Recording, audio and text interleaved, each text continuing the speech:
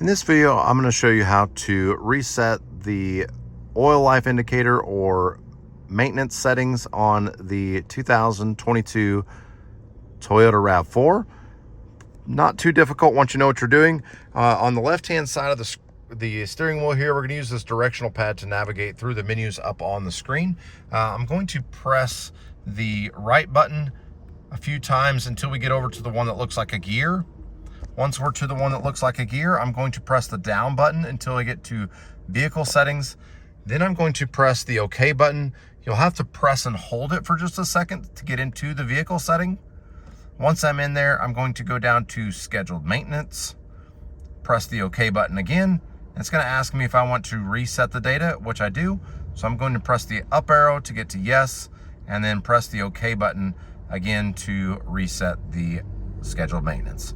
That's all there is to it. If you thought this video was helpful, give it a like, comment with any comments, and subscribe to help us make more videos just like this. Thanks for watching.